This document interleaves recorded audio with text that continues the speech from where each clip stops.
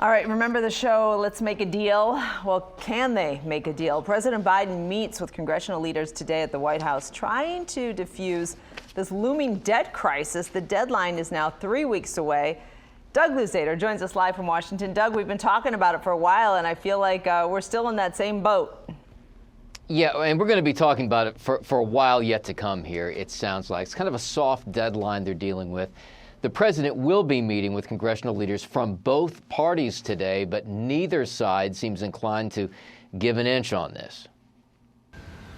Call it a negotiation or just a standoff. Either way, what happens at the White House today could very well determine what happens to the economy in the weeks ahead. And the president, we're told, will put his foot down on raising the debt limit. We should not have House Republicans manufacturing a crisis on something that has been done 78 times since 1960. This is their constitutional duty. Congress must act. That's what the president's going to make very clear. The Treasury Department says we may be just about 3 weeks or so from what they call a default, with the U.S. no longer able to borrow more money to keep paying the bills. But even with that at stake, this will be the first time in nearly 100 days that the president has met with Republican Speaker of the House Kevin McCarthy, whose caucus is standing firm. We're telling President Biden, look, we're not going to pass a clean debt ceiling increase. Republicans in the House did pass a debt limit increase, but it comes with spending cuts that the White House doesn't like. And Democrats are warning what will happen if there isn't a deal. Default would mean that checks would stop from Social Security, from the military, and to much more. Well, it may. We just don't know how this would actually play out. We've never been through this before. In that kind of scenario where there is not an increase in the debt limit, it means we can no longer borrow money as a nation, but the government will continue to get a lot of revenue in. I mean, there's tax revenue coming into the Treasury all the time, so it would be a question of prioritizing certain things over another, and the government would have to figure out which bills they pay and which bills they put off while all of this plays out. Dina. So this is different than the government shutdown that we've seen in the past.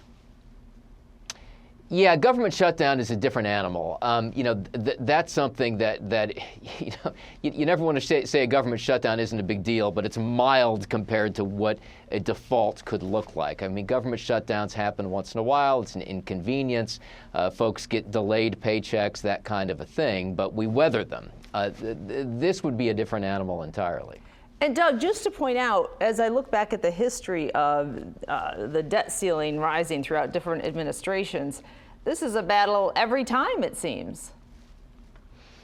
Oftentimes it is. It really depends on the degree to which either party has control of Washington. If your party controls the White House and the Congress, you raise the debt ceiling without objection. But anytime you have different parties in charge, they all want to extract concessions. So, the outrage here, as we keep saying, is completely situational. President Biden has called for negotiations in the past. Now he doesn't want to negotiate. Republicans, on the other hand, have raised the debt limit in the past without any kinds of conditions. Now they want conditions. So it really just depends who's in power and who can extract concessions. There it is. Politics for you. Yep. Perfect example. Doug Luzader, thank you so much.